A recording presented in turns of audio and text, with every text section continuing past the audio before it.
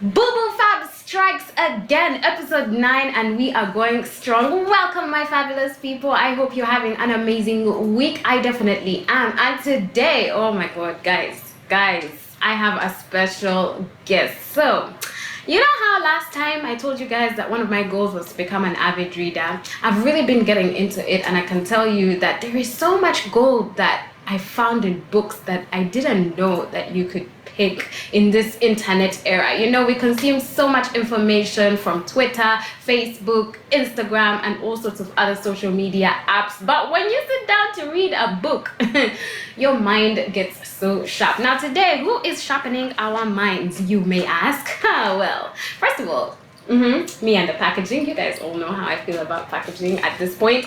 I got this amazing book from Bold Africa, and it says that it is founded by bold women that curate pieces made in Africa. Now, I think this is absolutely amazing and also very timely as we are in the month of women. Yes, happy March to you wherever you are, to all the amazing ladies that are doing amazing things. Well, guess what? I am going to be showcasing you. If it's made in Uganda, then you know it's making it to B.U.B.U FAB. So, what's in the bag? Well, wouldn't you like to know? It is an amazing book. Look at this cute cover. First of all, I know you guys are gonna say that this is nepotism, but my cousin actually did this.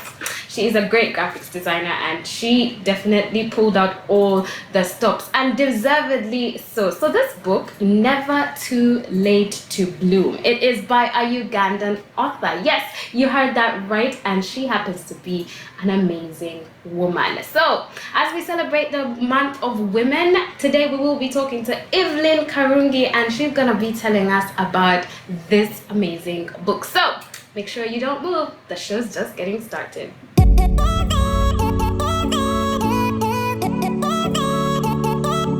So like I said, it is the month of women, and what better way to kick off the month than with an amazing author, Ugandan and beautiful woman. She's called Evelyn Karungi, and she's here joining us to talk about her amazing book, Never Too Late to Bloom. Hi, Evelyn. Hi, everybody. Hi, Cynthia. Thank you so much for joining us. Thank you so much. You know, these celebrities, when they become renowned authors, they are very hard to get a hold of, and then sometimes they don't get back to you. So I feel super special that you came and you decided to do this with me. I'm just really intrigued by Never Too Late to Bloom. First of all, what inspired you to write this book? Okay. Well, she starts with a hard-hitting question. Yeah. So what inspired me to write this book? Honestly, I'd been writing little notes. It turns out it took me 4 years to write that small book. Yeah. So it's been 10 years I'd have something So bigger. when you say this small bobook, we're looking at how many pages is it? Tiny book. Because when I was reading it, I wasn't even counting the pages. Yeah, you're just going through. Flipping page back to back. It's an amazing book. Oh, I'll thank tell you. that. Thank you. How many pages are we I actually looking at? have no idea, but all I know is it's a small book. Yeah, let's Well, we find do out. have the book Let's find here. out. So let's find out. 48 pages. Not bad. It took you 4 years, 4 years to write to write 48 pages. So let's Yes. get back to that. Yeah. 4 years compiling notes, you say? Yes. So over the course of 4 years, I would write on my phone during my commute, like thoughts and ideas, usually in the seasons that I was going through. And, you know, I thought it was very therapeutic. And I knew after writing my first book, Homegrown Love. Yes. Now, just like I said, she is a renowned author. This is her second book. She has her first book titled Homegrown Love. Now, if you've not read this, you need to go out and get a copy because it all comes together. I feel like there's a theme in your writing. I think there is. There's like, Homegrown Love was really very, very self-pity book. And then Never Too Late to Bloom, sort of like just growing into yourself and becoming the best version of yourself.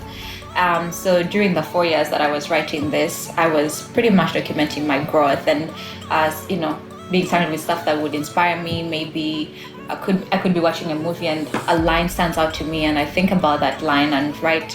I write being inspired by that line and how that line is in line with my life in that season. Yeah. And yeah, so wrote, and here we are. I found the book to be more, into self-discovery, coming of age, and one of the things I noticed in the beginning of the book is like a series of short stories about your childhood experiences. Yeah.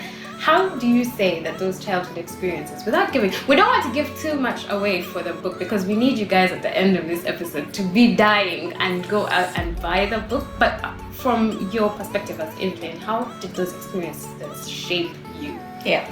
So I think actually why I start with that story about my childhood, and I wish I'd actually maybe seen a psychologist before or something, but truly what happens in our childhoods does shape the people we become as adults.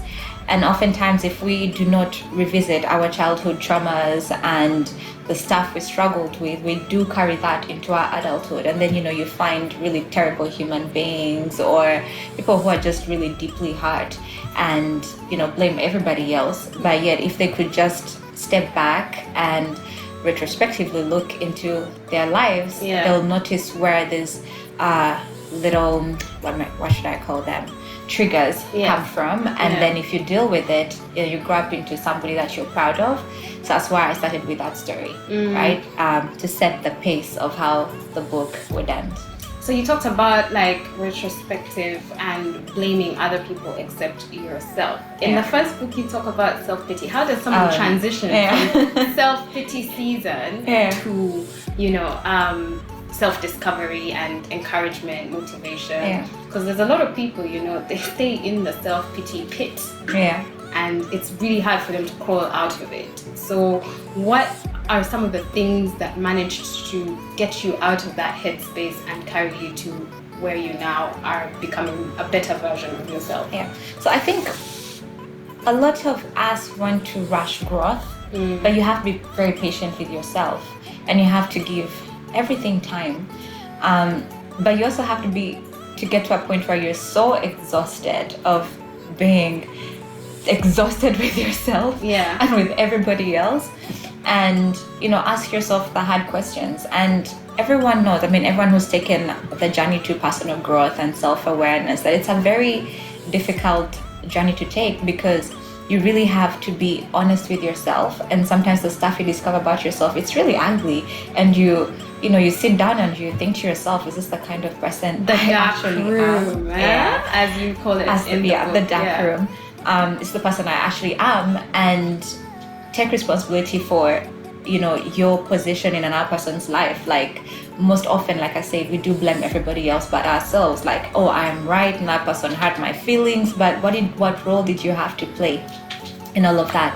So I think when we do sit down and be patient with ourselves and have compassion on ourselves and look in the mirror and look at the facts and take responsibility for your own growth, then I think over time you do transition from the self-pity world to the self-awareness and like, oh, you know what? This thing triggers me, so I'm going to step back for a while, breathe in, breathe out, and then approach it using a different maybe mental space or emotional space. But you have to definitely do the inner work for you to come out a better person. Okay, so I'm just gonna now switch it back to, it's the month of women. 8th March we will be celebrating Women's Day. You're a lovely lady. And so are you. Thank you. Now, as a woman in publishing or as a writer, author, what are some of the challenges you've experienced, not just in that space, but also like, in your life, like things that you battle with that you feel other people could relate to or other women could relate to specifically, that you would want to discuss or, free enough to talk to me about? Because I'm trying to like empower ladies in this season, and when they look at people like you, like, what? She wrote a book, 48 pages? I can't even write 2! So what are some of those challenges? I'm going to be very honest. I think because we were raised in a very matriarchal family. We were raised to just never see obstacles or to see your position as a woman as something that's that has a lot of, shortcomings or challenges. My mentality is you see what you want in life, go for it in life. It's your life. You really should live it on your own terms. And the thing that I find now that I'm a 30-year-old married woman, it's the societal expectations that right now I'm struggling with. That you find somebody, you get married on like a Saturday, and on Monday someone is asking you, so when's the baby? Yeah, and you're like, but it doesn't take 2 days also, but also it's none of your business, right? Because I think a lot of us women, we tend to approach other women without compassion or without even putting thought into the things that we ask them. Yeah. And that really disturbs me. And I have found myself, and I mean, not to blow my own trumpet, but I think I have a lot of patience. But sometimes when people do ask me stuff like that, my answers are never expected, and then they like recoil. Yeah. But I'm just like, no, I think I'm past that age where I get to entertain your opinion over my life. 30 is gold. Oh, it's because fantastic. it's like, it's that you've opened to everything. You've been through the 20s, which are turmoil and turbulence, and at this point you're just like, you're comfortable. I'm comfortable in my skin. It is what it is. You get what you get, and I'm okay with it. You know, and then you start to realize that really it comes back to who you are, and it's all about you. But now tell me, like, in publishing as an author. As an author. I haven't.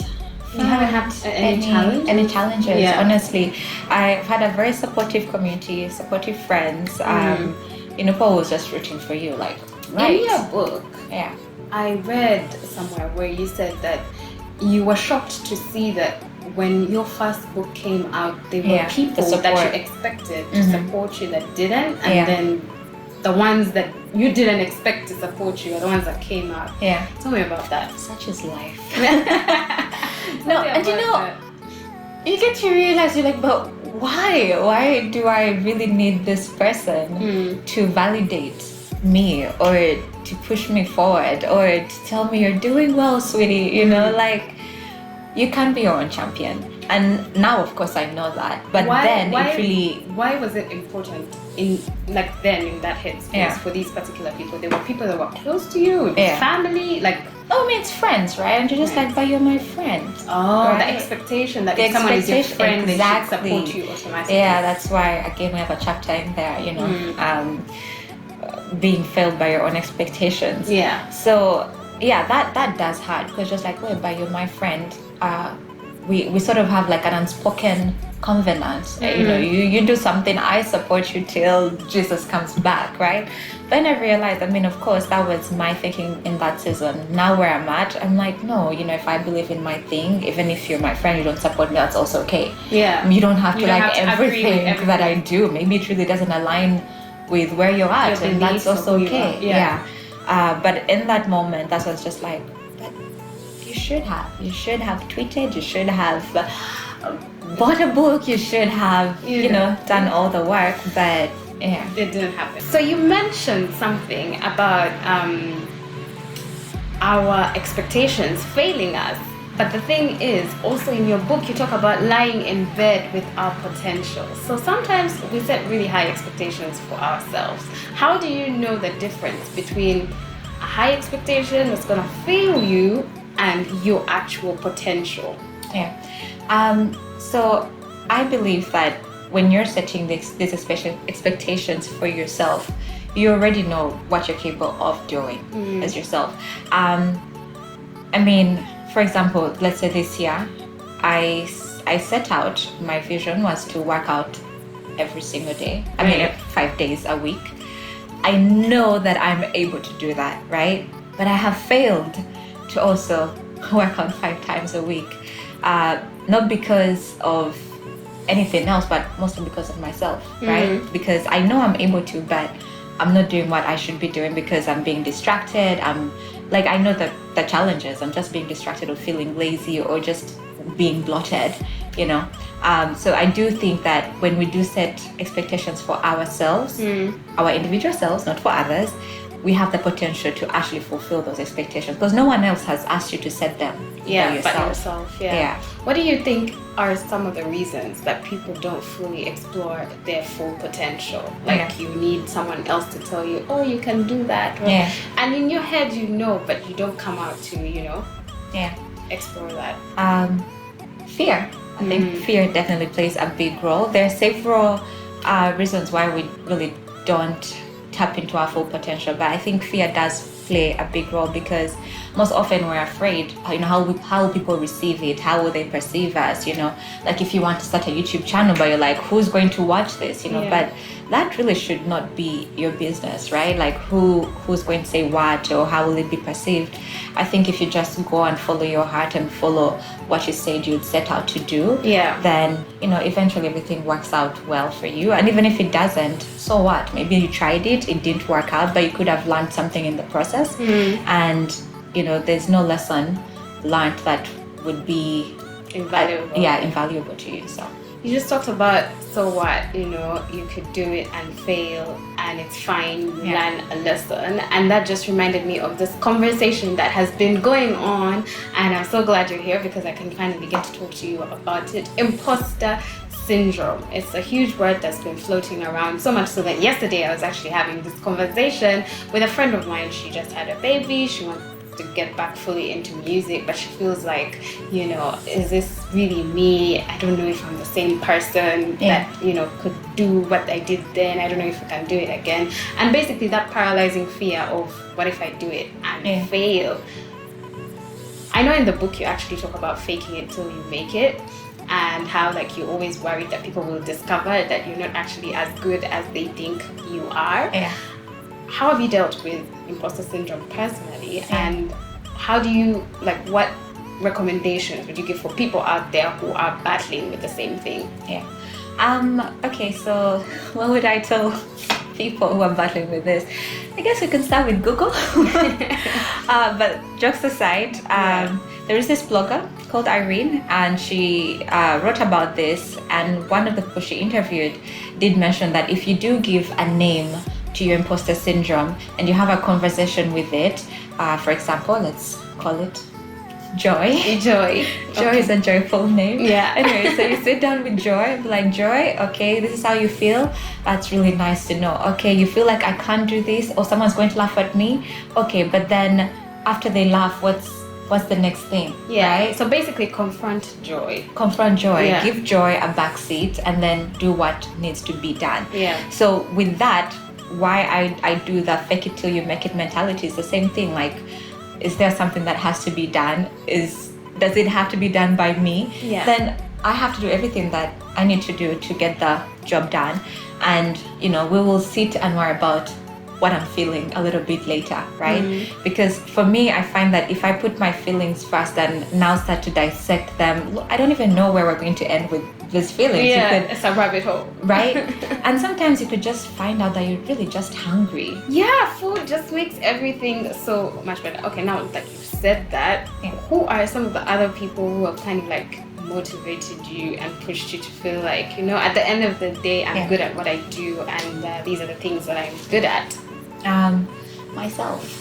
Yourself. Wow. Yes, how do you get from fake it till we make it? No, they will find. They may or may not find out to being your biggest cheerleader. No, I'm kidding. They'll probably write a book about me too. My husband, he's very supportive, and then my parents, you cannot do anything wrong. If you wake up and say I want to be an astronaut, they'll be like, baby girl, do it. Right there cheering. And my sisters, and then my friends, they are very, very supportive. So I'm very blessed. That's awesome. And now, speaking of things that you are good at, I know that you do several things. You talk about in your book your business in Manhattan, and you talk about the same business that actually exists here.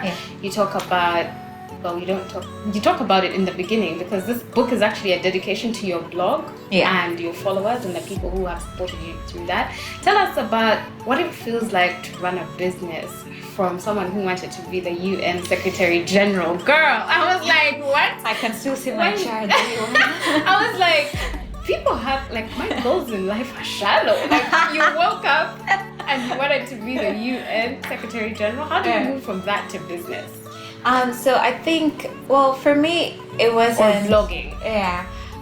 Well, for the blogging part, that was easy. You know, during my time in law school, I just got tired of reading contract law, and I needed a place to just go and vent, or, you know, to put my creative ideas, or, you know, whatever. And I've always liked to write, so it just came so naturally to me. And then, you know, it was the blog sphere was all the rave, and yeah, so I really am an OG blogger. Yeah. And then after that, we moved to New York, and my family started a business.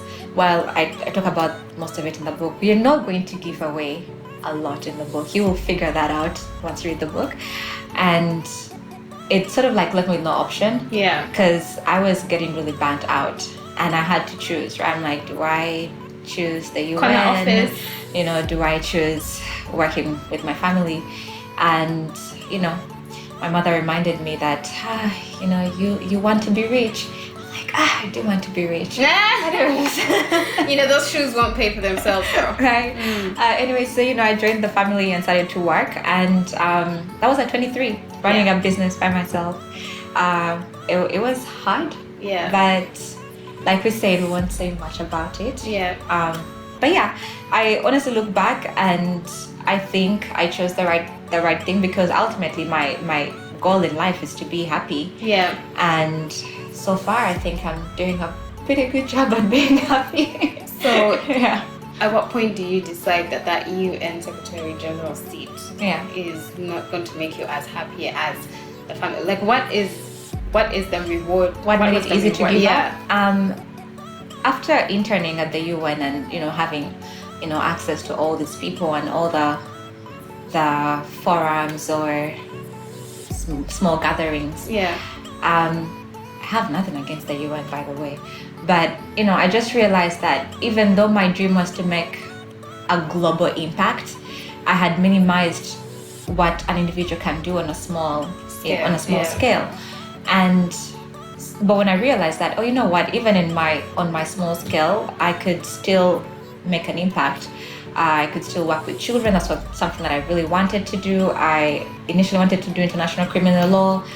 And, you know, but I've been able to put those dreams in my small life, and been able to reach out to people and meet some people, and, you know, meet some children as well. So, yeah. You realized you didn't need like more, a bigger platform. Yeah. Okay, that's great. So we are just gonna wrap it up by you telling us where people can get. I already told them about B.U.B., where people can get this amazing book. And lastly, I want to talk about your mother. Okay. On the last page of the book, you give some amazing advice that she gave to you, and I was like, yes. And she tells you to be as wise as a serpent and as harmless as a dove, which is actually like a Bible verse. And I'm just asking, like, through everything, you know, 30 years old, that's like a long life lived. How helpful has this advice, like how many times in a day do you feel the need to actually use this advice? Almost every day. Yeah. You know, almost every day. Honestly, like I said, you know, when she would say that, and she would say it in, like, you know, Luganda is hilarious. So you laugh. I would laugh. I'm like, this is so funny. Yeah. And I got older, and I didn't even know it was a Bible verse. Turns out it actually is a Bible verse. Right. And I was like, but this is really, really wise, because that's how life is. Can be hard, but life can also be really good, and life is affected by the decisions that we make. Mm-hmm. And, you know, sometimes you really have to be as wise as a serpent, you know, and think through your actions, and be calculative, and really just, you know, survive, I guess. Yeah. And in every action that you make, and in every decision that you make, you should also be as harmless as a dove. You know, don't go making enemies left, right, and center. It's of no use. Yeah. And live as peaceably as you possibly can, and, you know, just be a good human. Yeah. Yeah. So that's it. Yeah. Nice. So where can people get Never Too Late to Bloom? I feel like I've enjoyed it, and I just feel like I can't hold it in any longer. I want everyone out there to grab a copy. Where can they get it? You can get the book from Mahiri. Mahiri is an online bookstore. I love it. Oh my god. Yeah.